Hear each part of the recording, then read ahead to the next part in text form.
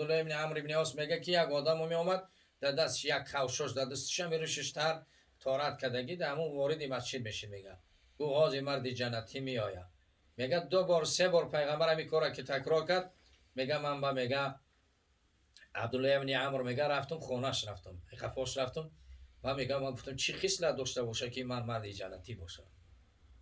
گفتم قدی پدرم جنجال خوردگیم 3 روز میگه در خانهش مهمان شدم. در خانهش 3 روز مهمان شدم. میگه من میگم 3 روز مهمان شدم یکم عمل زیاد چه ندیدم. گفتی میره پیغمبر خدا برای چی مرد جنتیش گفته ایستاده باشه. من میگم گمان کردم گمان عملش یعنی کم شماریدم. گفتم این تماما این عملی خیلی نه نماز شب داره نه ناله شب داره یکم کاری چی نداره. و میگه گفتم که مردک من قدی پدرم رو یکم جنجال پنجال کردگی نیست.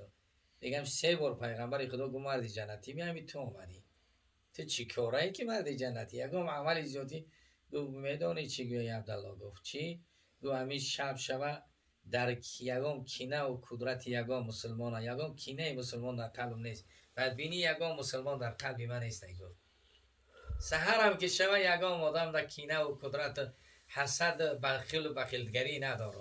گفت همین عمل مرد جنتی بده که پیغمبر خدا ما هر وقت تو داخل میشیدی میگو مرد جنتی میآید. پیامبر اسلام درود خداوند بر او باد میفرمایند حجامه شفای امتی من است. شما اگر از بیماری های فشار بلنده، استرخان دراز، رادیکولیت، پروستاتیت، گریژا، روماتیسم، بیماری های سیستم خونگرد، فشار خون، بیماری های دل، درد سینه، تنگی نفس، درد سر و درد چشم و یا اینکه خیرگی چشم و اینچنین از وزن زیاد یا اینکه کم وزنی رنج میبرید حتما در رقم های روی اکران بوده در تماس باشید. بختیار حجامه در خدمت شما هست. سراغ ما شهر مسکو ورخناپولیا دوم 48 در نزدیکی بازار صدوات. حتما در رقم های ما در تماس بروید. سوال نهم من یک چند سوال دارم از شما خواهش میکنم که به این سوالای من پاسخ دهید. سوال اولی من در مذهب امام ابو حنیفه رحمت الله علیه بعد دعا کردن دستها را در روی مالیدن چگونه آمده است؟ ممکن است یا نه؟ میگویند خصوصا اگر در نماز باشد بدعت حساب میخورند. سوال دوم من به طریق مذهب امام اعظم برای آن شخصانی که راه دین را نو پیشک کردند از چی باید آغاز کنند؟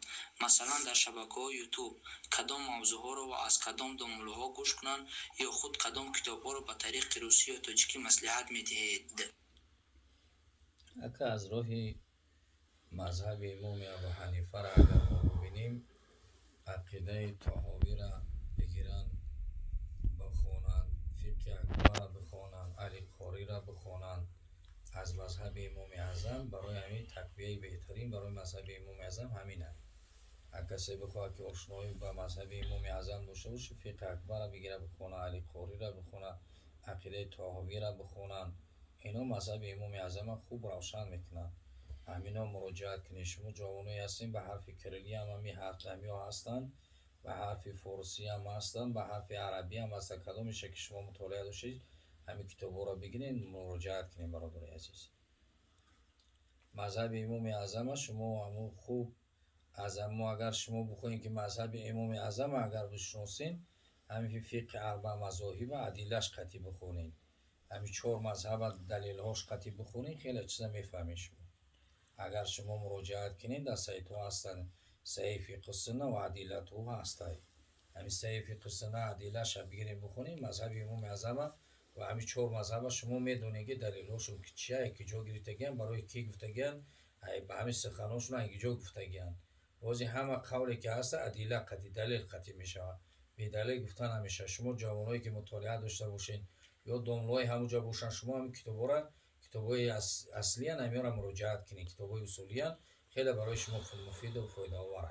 ای مسئله دعا را در رو کشیدن چی میگه؟ اگر دعایی که حدیث ترمذی حضرت عمر روایت کرده گیای اگه بر رو کشیدن اصلا پیغمبر اکرم صلی الله علیه و سلم در رو نکشیده است.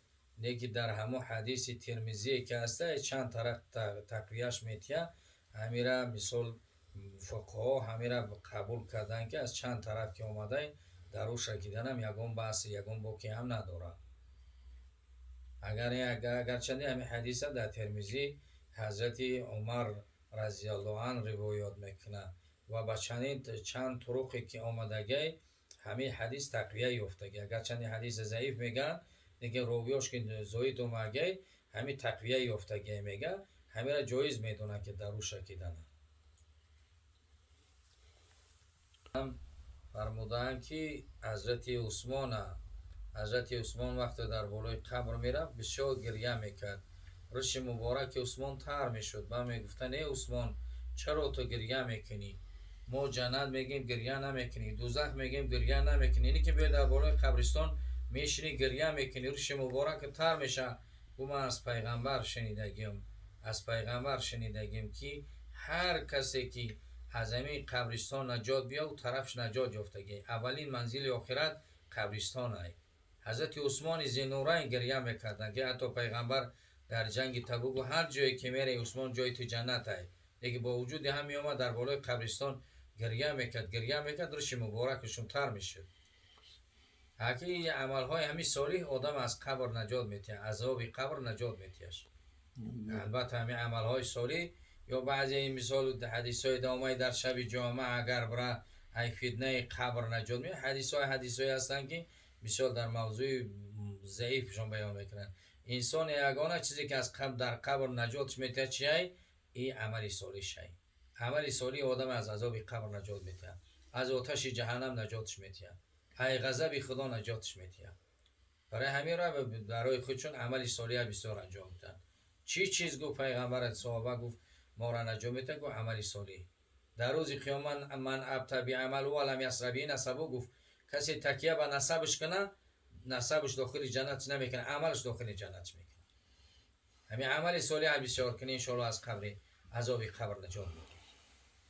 برای همین عذاب قبر پیغمبر اکرم صلی الله علیه و سلم در بالای قبر میرفت از عذاب قبر پناه طلب میکرد. اللهم انی نعوذ بک من عذاب القبر و من عذاب جهنم و من فتنه حیات و ممات و من فتنه مسیح دجال، میگو پیغمبر اکرم صلی الله علیه و سلم. ای فتنه حیات و ممات هم پیغمبر خدا در زندگی آدم در فتنه ها گرفتار میشه، یا در وقت مردن هم بسیار انسان با فتنه ها در گرفتار میشه.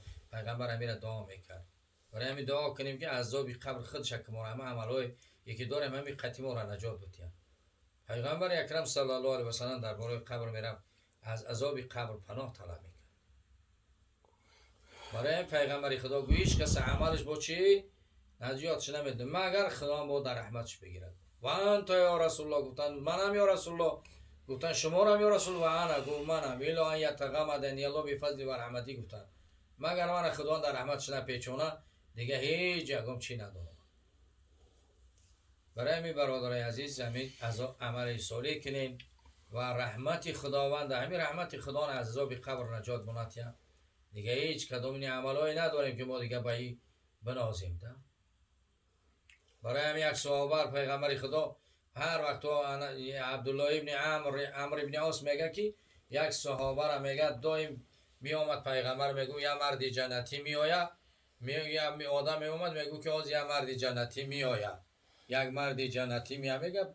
یا عبدالله ابن عمرو ابن عاص میگه که یک آدم می اومد در دست یک خوشش در دستش میره ششتر تارت کردگی در همون وارد مسجد میشه، میگه گو از مرد جنتی می آید. میگه 2 بار 3 بار پیغمبر همی کاره که تکرار کرد. میگه من با میگه عبدالله ابن عمرو میگه رفتم خونش رفتم قفاش رفتم و میگه من گفتم چی خصلت داشته باشه که من مرد جنتی باشه. گفتم قدی پدرم جنجال خوردگیم 3 روز میگه در خونش مهمان شدم، در خونش 3 روز مهمان شدم. میگه و میگم 3 روز مهمان شدم یکم عمل زیاد چه ندیدم. گفتیم میره پیغمبر خدا برای چی مرد جنتیش گفته ایساده باشه. و میگه گمان کردم عملش یعنی کم شماریدم. گفتم این تماما این عملی خیلی نه نمازی شب داره نه ناله شب داره یکم کاری چی نداره. و میگه گفتم که مردم من قدیم پدرم رو یکم جنجال پنجال کردگی نیستم. میگم 3 بار پیغمبر خدا گفت مرد جنتی میامی تو اومدی تو چی کارایی که مرد جنتی یکم عمل زیادی.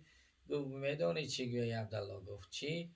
گفت همین شب در یگام کینه و قدرت یگام مسلمان، یگام کینه مسلمان در قلبم نیست، بدبینی یگام مسلمان در قلب من نیست. گفت سحر هم که شما یگام آدم در کینه و قدرت حسد بخیل و بخیلگری نداره که همین عملی مرد جنتی بده که پیغمبر خدا ما هر وقت تو داخل میشیدی میگو مرد جنتی میآید. همین خصلت مرد جنتی همیه که در شوق میشه ای قلبش باید کینه و قدرت مسلمان ها را دور کنه.